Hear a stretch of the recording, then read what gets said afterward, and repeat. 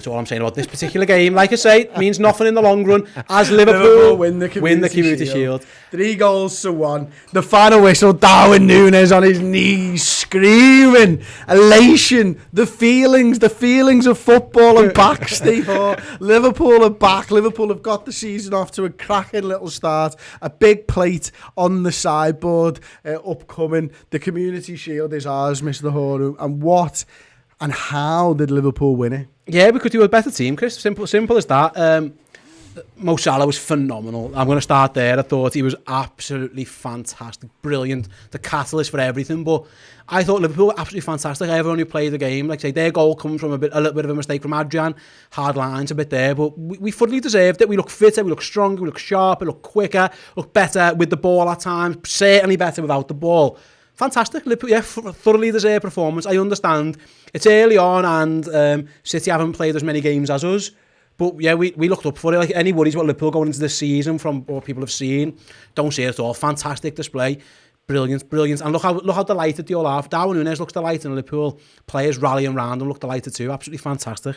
And they look so happy. It's incredible to see. And they've lost this thing before, this plate, and they clearly didn't want to lose it again. And Jurgen Klopp's finally got his hand on the big dinner plate, and we'll all be so happy. But for me, it was how Liverpool utilised Mo Salah, and we spoke about it during the game, Steve. The space that Salah was getting into, that was something different today maybe from last season. He got chalk on his boots, to put it old-fashioned way, and the first goal comes, it frees space up for Trent to get his goal. I don't know if it's new or what it is. I think sometimes Mo Salah just decides within a game what his best option is, and I think early on he realised I've got Cancelo on toast, so I'm going to get wide and isolate him as often as I can.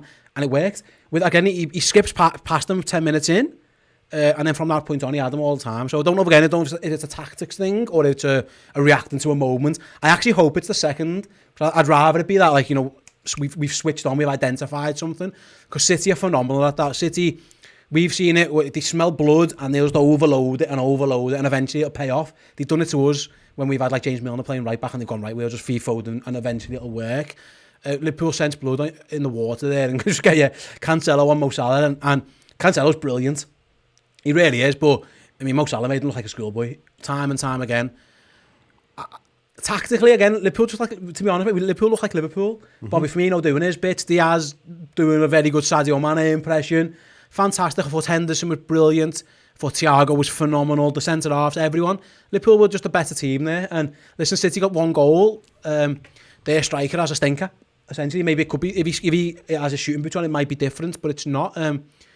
And yeah, the better team won. I'm confident to say that. Do you think there's anything to do with the fact that, you know, they scored through Julian Alvarez on 70 minutes and Gundogan comes on for Kevin De Bruyne on 73? Now, clearly, City are working up to fitness, but Kevin De Bruyne was the man that was causing his issues by where he was popping up. Yeah, he's the best player and he's brilliant. And he was on the left wing, he was on the right wing, he was everywhere. But again, it's a fitness thing, isn't it? Like you're looking after everybody, you're getting it. And I don't think... I don't know, to an extent, because Liverpool still look dangerous. I thought it could, again, City's just sloppy, a little bit sloppy as well. Like that from Diaz is just poor defending. Like, just have your arm up there. Gets a little bit lucky. Actually, it wasn't a great header from Nunez that ends up hitting him. So maybe he's thinking, I don't know why his arm's there in the first place. Stonewall pen for me. I think the moment of the game is that final goal from Darwin. You can see how much it meant to him.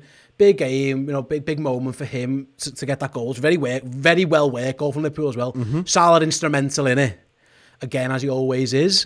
Yeah. But yeah, I'm made up for Darwin Nunez because that should fill him full of confidence. And again, Carvalho's involved, new lad, Salah, ball across, Robertson nods it down, and there's the big fella up front scoring a goal. You'd want him to score, and funnily enough, if he misses it, right behind him is Fabio Carvalho. They both made the same pretty much run. They both read exactly what was happening. And that's great to see because they're new in the team. And they've both sensed, Robertson, I need to be here, which is great to see that they both integrated so well. But I'm absolutely delighted for the big fella. He looks absolutely made up with himself and fair play to him. Yeah. Dickie Redmen for 20 months. Darwin doing the business. Alfie Jr.